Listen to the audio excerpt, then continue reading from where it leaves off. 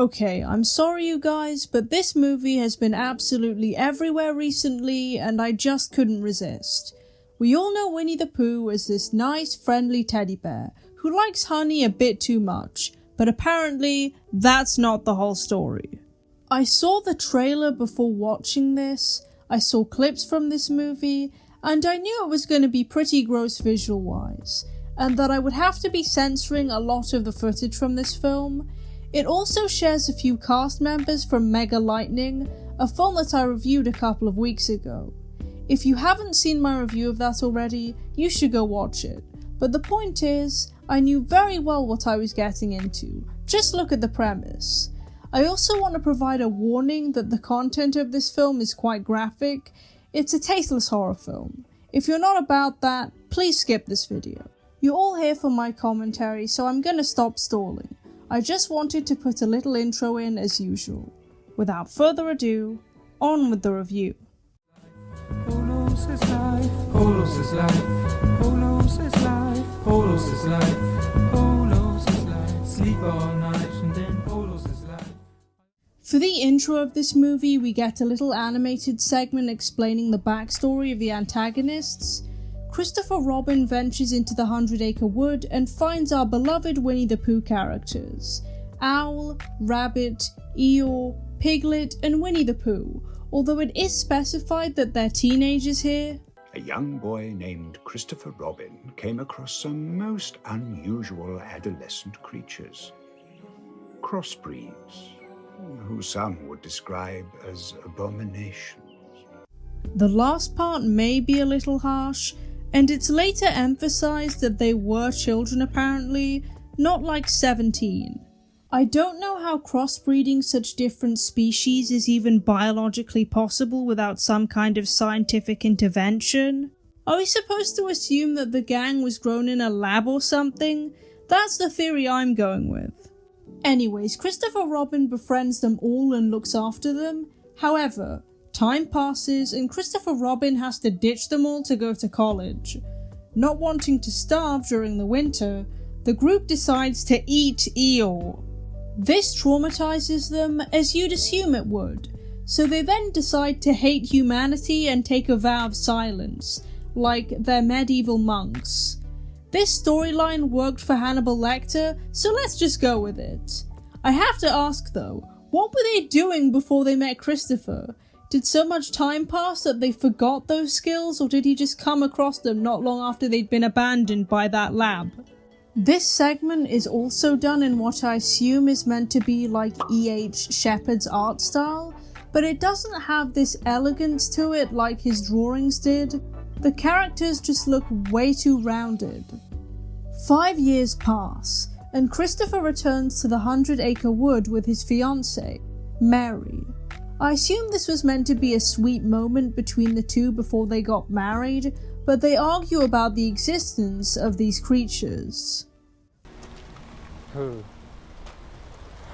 what happened to you after all these years? Pooh, oh no, what happened to you after all these years? Wow, really going for an Academy Award. You can tell this guy is trying really hard to convince us. After snooping around Pooh's cabin, like every horror character ever snooping around where they shouldn't, Christopher and Mary get ambushed, and Piglet strangles Mary to death with a chain. The scene is kind of uncomfortable, especially with the added melodrama from Christopher. In another animated scene, Christopher is dragged into a cave where he sees Eeyore's skeleton, and our villains burn Mary's body. Not very nice, but I wonder why this part was chosen to be conveyed through animation like the intro. We finally get a title card and opening credits, despite being over 13 minutes into the film. Corin from Mega Lightning, who is called Maria in this film, is in a therapy session for some kind of unspecified trauma. Did she and her family move here after the storms and change their names?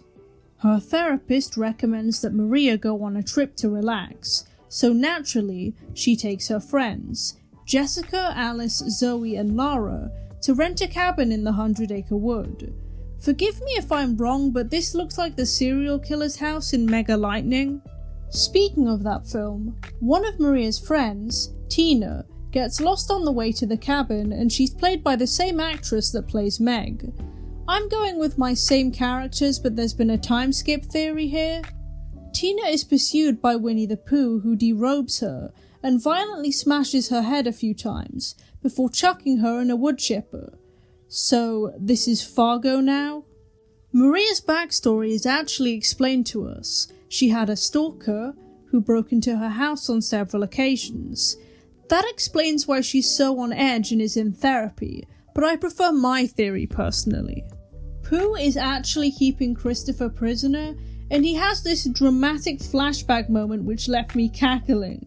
I missed you, Pooh. Silly old bear. You're the best bear in all the world. Like, you can't be serious. Tone down the cheese, for the love of God. There's then this really mean scene where Pooh lashes Christopher with Eeyore's tail, cause I guess he keeps trophies too. He then showers him in really watery blood. Are these attempts at being scary or creepy? Maria's friend Lara is hanging out in a hot tub, getting up to some Gen Z shenanigans, and she makes a cardinal horror film sin. You must be modest if you want to survive. She spots Pooh in the background of one of her photos, but after being a bit freaked out, she just stays out there like an idiot. Of course, Piglet waterboards her with a wet cloth, and the pair take her to the road and drive a car over her. I can't show you an uncensored version of the scene, but the effect isn't very realistic anyway, just take my word for it. The girls find Lara's corpse and are trapped in the house by Pooh and Piglet. They realise that their assailant isn't actually Maria's stalker, and when Alice and Zoe try to find another way through the house, Zoe is attacked by Piglet with his sledgehammer, and Alice gets abducted. Maria and Jessica pursue Alice in the hopes of rescuing her, and they end up doing so, along with freeing Christopher and some nobody called Charlene, who was also being held prisoner. Charlene calls for Piglet to enact revenge for him torturing her, and he arrives and fucking mauls her to death. This was actually really disgusting. I mean, what a way to go. They do say pigs will eat anything. Finally though, Alice manages to land a blow on Piglet by slamming him about with his sledgehammer, but Pooh kills her with a knife through the mouth. She's impaled against a tree, which just looks like that weird kill in Halloween, and it's just as dumb. The remaining characters come across 4 hillbillies who don't listen to their protests until it's too late. They think they can take on Pooh Bear, which they're obviously wrong about. Pooh is pretty unfazed and they're all bark and no bite. To make a long story short, they try to give him a smackdown, but get battered one by one. Maria tries to run over Pooh, but he climbs on top of the car, causing her to crash it. As she comes to her senses, Maria sees Pooh decapitate Jessica in dramatic slow motion. Just as he has Maria in his grasp, Christopher drives another car into Pooh. It's okay. Okay? It's over. This is the moment when the supposedly dead killer comes back to life for one last scare.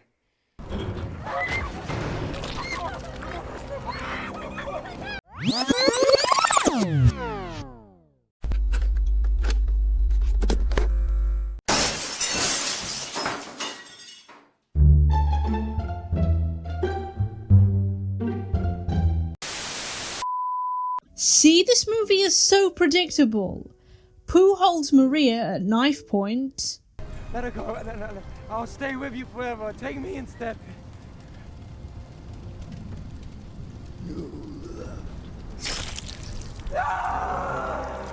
I'm here to help you. Help yourself.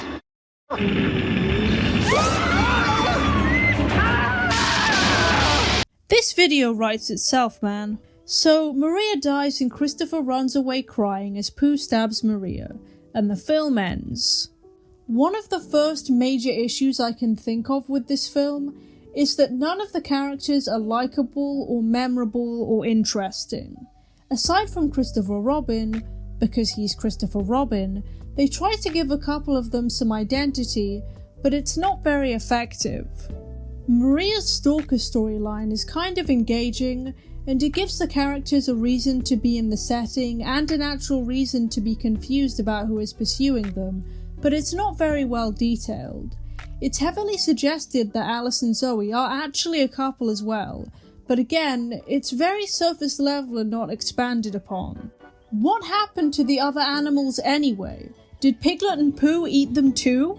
I'm not sure if this is due to purposeful references, if the movie is just that bad, or if I've just been watching too many horror movies over the years, but Blood and Honey just makes me think of so many other films that came before it.